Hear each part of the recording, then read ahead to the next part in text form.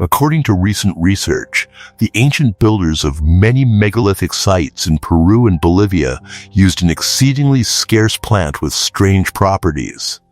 The plant was said to turn solid stone into something so soft and flexible that it could be bent, shaped, and molded by hand.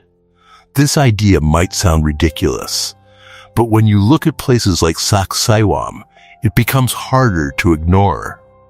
Some of these blocks weigh more than 150 tons, but they fit together with such a level of precision that it still baffles engineers. So, how were these massive stones shaped so perfectly? Why do some of them look as if they were pressed into place rather than carved? Did ancient engineers actually discover a way to make stone flexible? A secret that has been lost forever? The polygonal walls of Sacsayhuaman there is a strange legend that has been told in South America for many centuries. It speaks of a bird living deep within the Amazon rainforest that possesses a supernatural ability. According to the legend, the bird uses the juice of an extremely rare plant to soften solid rock before carving nests into stone cliffs. So, it's just a legend, right? Well, for some it is, but not for all. For these believers, this legend becomes far more fascinating when it is placed beside one of the greatest engineering mysteries in the ancient world. Just outside Cusco stands Sacsayhuamán, an enormous Inca complex famous for its colossal polygonal stone walls. Some of its largest blocks weigh well over 100 tons, while others are estimated to exceed 125 tons. Despite their immense size, these stones fit together with near-perfect precision. In many places, the joints are so tight that not even a blade of grass can fit between the stones. And many of the blocks have 8, 10, or even 12 sides. Centuries of earthquakes have shaken the region, but still these walls remain standing. That fact alone is impressive. What makes the site truly unusual is the shape of the stones themselves. Most ancient walls are built from stone blocks that look similar to one another. At Sacsayhuamán, almost every single stone looks different. Some curve inward, some wrap around neighboring blocks, and others contain angles so complex that they resemble pieces of a giant three-dimensional puzzle. The Incas achieved all of this without iron tools, without wheeled transport, and without large draft animals. Somehow, they quarried these enormous stones, moved them across difficult terrain, and shaped them with absolute accuracy. Even today, archaeologists continue to debate exactly how every stage of the process was carried out. The lost city of the Incas, but Sacsayhuamán, is not the only place where the Inca left behind questions that still have no clear answers. Around the middle of the 15th century, during the reign of the Inca Emperor Pachacuti, they were building something grand in the mountains of Peru. Today, we call it Machu Picchu. The site became famous after explorer Hiram Bingham brought it to international attention in 1911. But more than a century later, parts of the ancient city still leave researchers arguing. This city was far more than a collection of stone buildings. It had temples, ceremonial spaces, agricultural terraces, astronomical observation points, and structures whose purpose is still debated today. More than 200 buildings once occupied the site, all connected by narrow pathways overlooking steep mountain slopes. We mean, every single stone here speaks the same language found at Sacsayhuamán. It's not only the enormous size of the blocks that captures attention, it's the way they interact with one another. Across the site, stones were shaped to match neighboring stones with astonishing accuracy.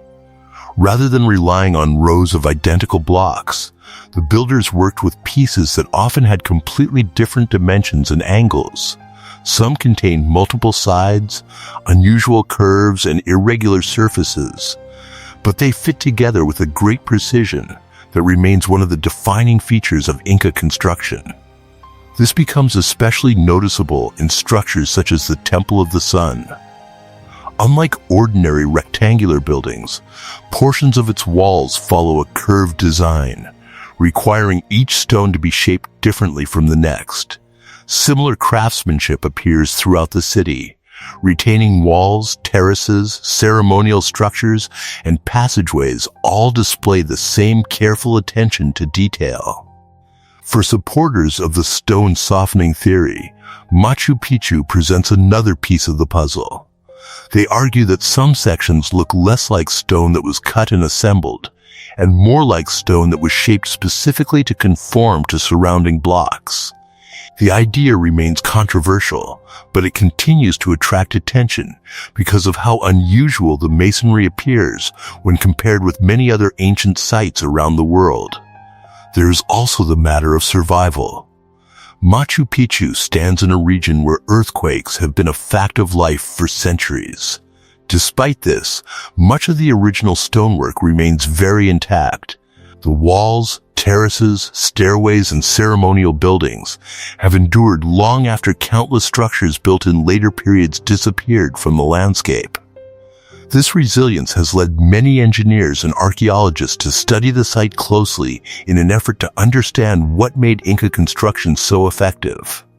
Perhaps that is why Machu Picchu continues to play such an important role in this discussion. The city does not provide clear proof that stone was ever softened or molded.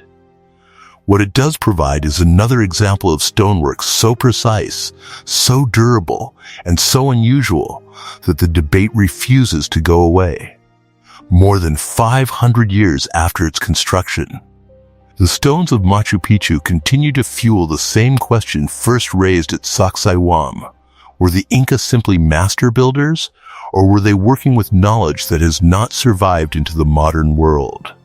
The 12-Angled Stone of Sacsayhuaman. Not every mystery of Inca stonework involves gigantic walls or blocks weighing hundreds of tons. Sometimes a single stone is enough. A short walk from Cusco's Plaza de Armas, along Sacsayhuaman Street, there is one of the most famous stones in South America. Thousands of people pass by it every day. Most stop for a photograph. Others stare at it for several minutes, trying to understand what makes it so special. It does not look extraordinary. It is simply a stone embedded within an ancient wall. Then the angles become impossible to ignore. Known today as the 12-Angled Stone, this block was once part of the palace of Inca Roca, a ruler of the kingdom of Cusco, who lived before the rise of the Inca Empire at its greatest extent. Carved from green diorite, an extremely hard igneous rock, the stone weighs more than 6 tons and extends deep into the wall behind its visible surface. Its fame comes from a feature that sounds simple, but becomes far more impressive when seen in person. The stone contains 12 distinct angles, each matching perfectly with the surrounding blocks. Every edge meets another edge. Every corner connects with another corner, rather than being placed into a wall built around identical stones. It appears to have been shaped specifically to lock into the neighboring pieces that surround it. The result looks less like a traditional wall and more like a giant stone puzzle. For centuries, the structure has survived earthquakes, wars, and the dramatic transformation of Cusco following the Spanish conquest. The palace that once stood here disappeared long ago. Colonial buildings replaced much of the original city, but the wall remained. Over time, the stone acquired a significance beyond architecture. According to local interpretations, the 12 angles may symbolize the 24 noble lineages of ancient Cusco, divided between the Han and Huron dynasties, while historians continue to debate that interpretation. The idea has become part of the stone's enduring story. Today, the 12-Angled Stone forms part of the wall of the Archbishop's Palace and the Museum of Religious Art. People are no longer allowed to touch it, but that has done little to reduce its popularity. In fact, it has become one of the most photographed attractions in the city. What makes the stone so unique is not its size. Compared to the massive blocks of Sacsayhuamán or Ollantaytambo, it is relatively modest. Its importance comes from precision. Every single angle, every edge, and every connection looks deliberate. So, how did Inca engineers make their structures flexible? After looking at Sacsayhuamán, Machu Picchu, and even the famous 12-angled stone, it becomes easier to understand why the stone softening theory gained so much attention in the first place. To many people, the walls simply do not look like ordinary masonry. Some stones curve around neighboring blocks. Others contain multiple angles and irregular shapes that fit together with astonishing precision. In certain places, the joints appear so tight that it is difficult to imagine how the stones were shaped at all. This observation helped fuel one of the most unusual theories ever proposed about Inca construction. According to local stories, ancient builders may have discovered a plant capable of temporarily softening stone. Once softened, the rock could supposedly be bent, molded, or pressed into shape before hardening again. Supporters of the idea often point to the legends surrounding a mysterious bird said to live deep within the Amazon rainforest. According to the story, the bird used the juice of a rare plant to soften rock before carving nests into stone cliffs. Over time, some people began wondering whether the same secret had somehow found its way into the hands of ancient builders. While the story is super fascinating, the evidence is another matter entirely. Despite decades of speculation, no verified sample of a stone softening plant has ever been presented. No scientific study has identified a natural substance capable of turning granite or andesite into a moldable material. Stories continue to circulate, but none have produced the kind of evidence needed to support such an extraordinary claim. That has led most archaeologists to look elsewhere for answers. The Inca were among the most skilled stonemasons in the ancient world. They worked with simple tools, yet they have an exceptional understanding of stone, geometry, balance, and structural design. Rather than relying on mortar, they carefully shaped individual blocks so they locked together naturally. The process required huge amounts of labor, patience, and precision, but the results were extraordinary. The effectiveness of that approach becomes especially clear during earthquakes. Much of Peru sits within an active and destructive seismic zone. Strong earthquakes have struck the region repeatedly throughout history.